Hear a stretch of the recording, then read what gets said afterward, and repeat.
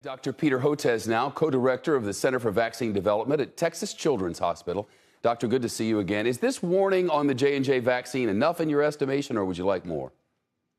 Well, Shepard, that's why it was not unanimous, because it almost fell short of a warning. It was more of that there was going to be messaging in the package that young women should be aware that there is a higher risk of cerebral thrombosis. And reading through the comments of the committee, there were 4 individuals, I think, who felt that it should have been a little bit stronger to say that that the risk was greater, especially in women in their 20s and 30s, where the numbers were more like 11 or 12 per million, so about 1 in 80,000. Again, still a really rare event, but that's where it kind of came down in terms of how strong should that language be, whether it's an outright warning or simply a statement of awareness. You know, Doc, it looks like the bigger problem is really in demand. The demand for these vaccines is dropping in places all over the country. Louisiana asked for fewer doses because the interest is so low there, on and on. As a trend, how dangerous is this? Well, remember, Shepard, the bar is high. If we're really going to stop virus transmission and vaccinate our way out of this epidemic, we have to get to 75–80% of the U.S. population vaccinated.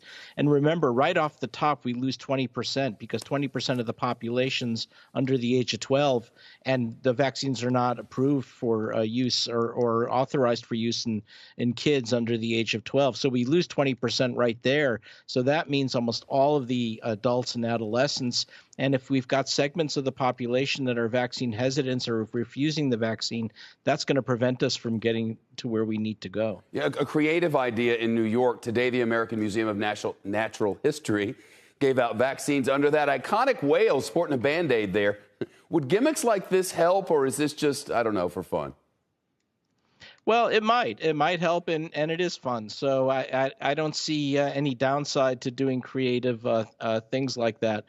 But, you know, we do have a lot of resistance now. Based on four polls, national polls that have come out, one from Monmouth University, Quinnipiac University, PBS NewsHour, and Kaiser, all pointing to what they call Republicans are the one group that's the most vaccine hesitant, about 40%.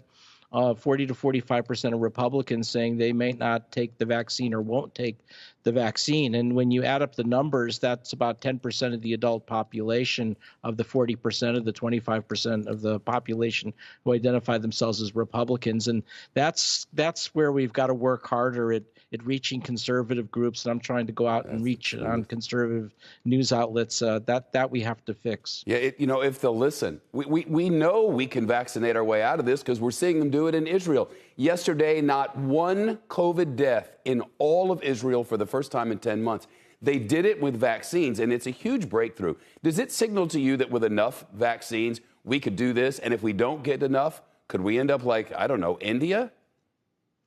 Well, I don't know about India, but we can vaccinate our way out of this epidemic. If all the adults and adolescents get vaccinated by summer, we can have an extraordinary quality of life with going back to concerts and music venues and ball games and bars and restaurants and clubs and all the things we like to do. So that's where we have to work towards. Dr. Hotez, hope it happens. So good to see you. Thank you.